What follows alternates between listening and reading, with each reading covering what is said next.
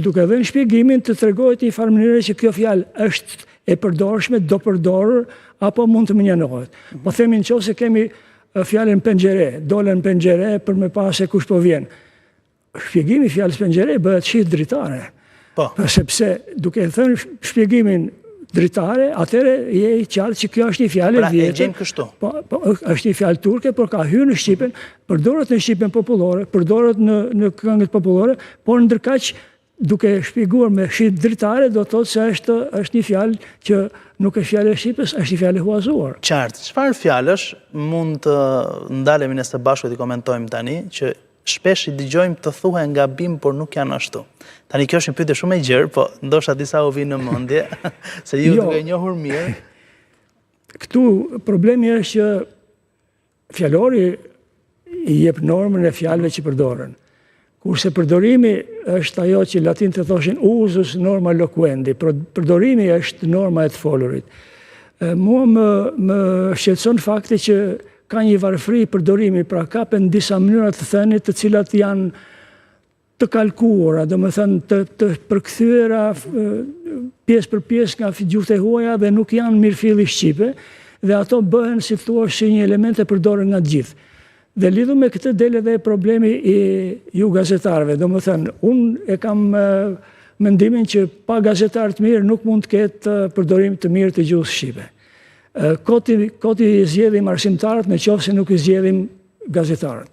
Sepse gazetarët flasin dhe i drejtojnë gjithë kombit. Fjala e gazetarëve dikur thuaj fjalët humbasin, fjalët i merr era e shkruara mbetet. Sot nuk i merr era dhe fjalët. Këto fjalë që po themi ne për fjalorin e gjuhës shqipe, për vlerat e tij, për detyrimin kombëtar që kanë shqiptarët për ta zbatuar e për ta njohur këtë gjuhë, nuk i merr era. Këto sonte dëgjohen në të gjithë vendin, nëse dikush nuk ka dëgjuar i gjen në YouTube. Pra nga kjo pikpamje mendoj se detyra jonë është që ta përcjellim këtë fjalor gjatë këtyre 9 muajve duke parë çfarë ka brenda.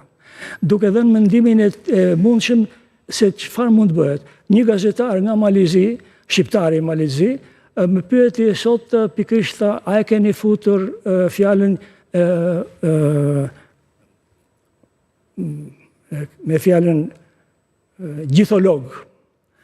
Po përdoret nga njerëz gjitholog dhe unë i dhash të përgjigje, në fjalorin e kemi lënë në fund, në variant online, është lënë dhe një adresë ku të gjithë ata që kanë pyetje dhe sugjerime mund të drejtohen. Pra edhe për gjithologun, një emër i njohur në letrat shqipe, Gjek Marinaj nga Shtetet e Bashkuara të Amerikës, nga letrarët e mirë që ka Shqipëria, më pyet, a e kemi futur fjalën, a është autori i një termi që është futur edhe te fjalori i anglishtës e tjera, dhe pyet, pra, a e kemi futur ne pikërisht të fjalën që ka krijuar ai.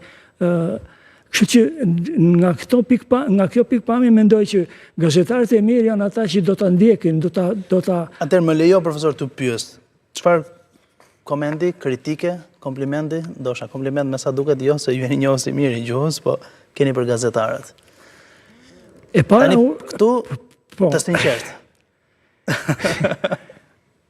E para unë do të dëshiroja shumë që në të gjitha zyrat e gazetarisë shqiptare, në të gjitha media shqiptare, të ketë vepra gjuhësore. Dhe fjalori i gjuhës shqipe, kur të dalë në letër, duhet të jetë patjetër në çdo zyrë. E para, më kanë ftuar, kam shkuar shpesh në redaksi, rrallë kam gjetur vepra gjuhësore. Unë nuk mendoj se kam gabuar kur kam thënë që edhe me një karrik prej Druri mund të punohet, sepse një karrik prej Druri ka punuar 10 vjet bashkë kemi qenë në zyrë me profesor Esrem Çabejn.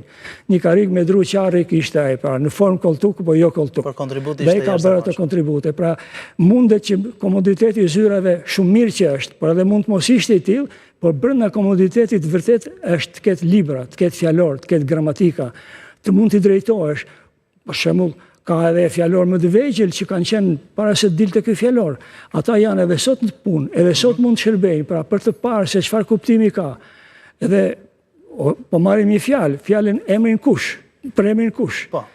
Unë mendoj se gazetarët e mirë janë ata që nuk thonë kush problem, kush ministër, kush çështje. Ndonjëherë kam pasur një mledh gati si gjelqishta që i thot qoftë mallku ai që nuk flet në gjuhë huaj kur s'është nevoja.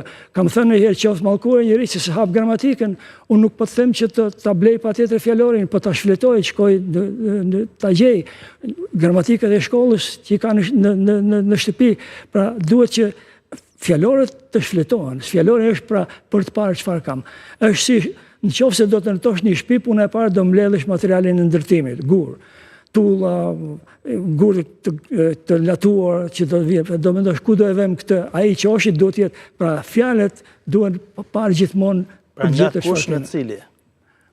Padyshim që se jam në limite. Kjo nuk është vetëm punë fjalori, po është edhe fjalori dhe gramatika, po mbi të gjitha fjalori edhe jep edhe normën, jep normën drejtshkrimore, jep edhe normën shqiptimore dhe drejtshkrimore. Ju falenderoj shumë, keni si të këshën program.